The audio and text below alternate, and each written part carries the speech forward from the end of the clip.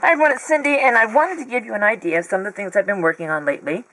I'm working right now on a botanical themed book. I just showed these as part of a mixed media sort of review of oil pastels, gelatos, and Tim Holtz Distress Crayons.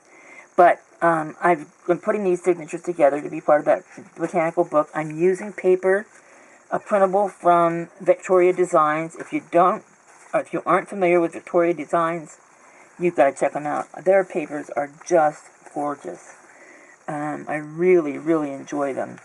They come with a lot of papers, I think 18 different papers.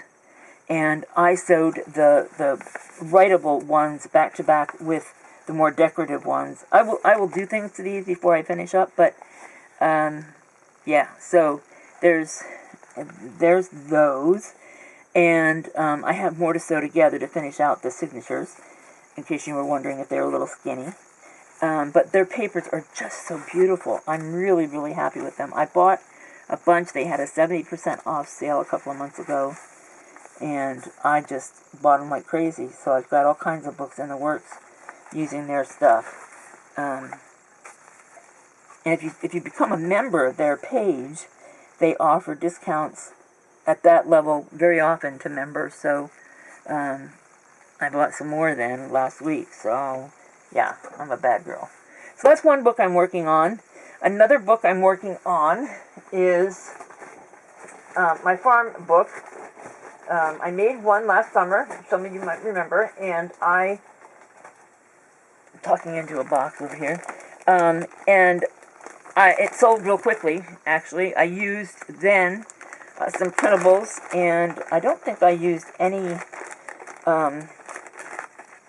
purchased paper, but this time I am. I'm using the Spring Farmhouse collection from Prima, and I've got some pieces, I've made some tags already. I think these papers are just gorgeous, and I'm really pleased with how these tags came out. I used a 6x6 paper to make these tags.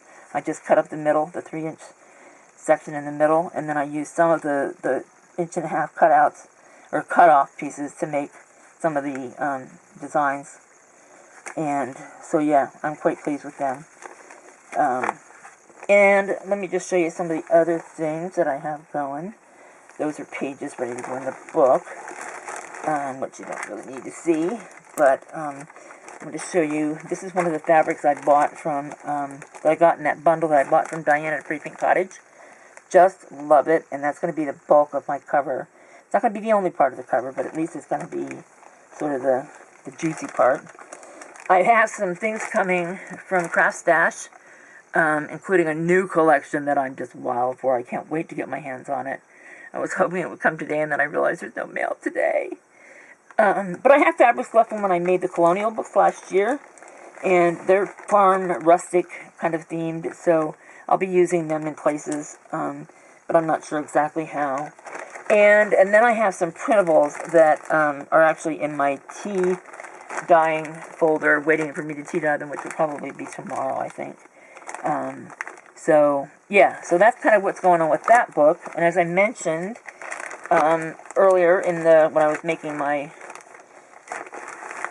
water soluble media video, that I'm also working on a sewing journal, and right now to get that I think I'd have an avalanche, so not going to show that, but keep an eye out for the collection I'm going to show you when my package from Craft Stash comes. Oh my. Let me get back to what I was starting to say about that. Along with the new collection, I bought the Craft Consortium has a collection called Farm Meadow, which I love. If I had seen that before I bought the Spring Farmhouse from Prima, I probably would have held off and bought the Farm Meadow. But I didn't, and that's okay. So, but I couldn't allow myself to buy it. The papers are pricey, and I just didn't need another farm collection as much as I love that paper. But I did buy one of the stamp sets and two of the wooden die-cut pieces to add to this book. I think they'll go just fine. And I also have a stamp set coming. I've wanted to hold my hands on the Tim Holtz on the farm stamp set with the sheep and the cow and the pig and I think it's a chicken. They all stack on one another, and then there's a ledger. I love that stamp set, but it's pricey, and I just can't pay full price.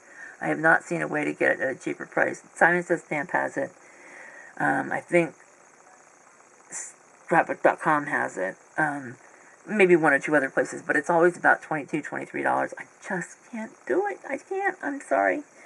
I just can't do it. So anyway, I was browsing around on eBay, and I found a set from China.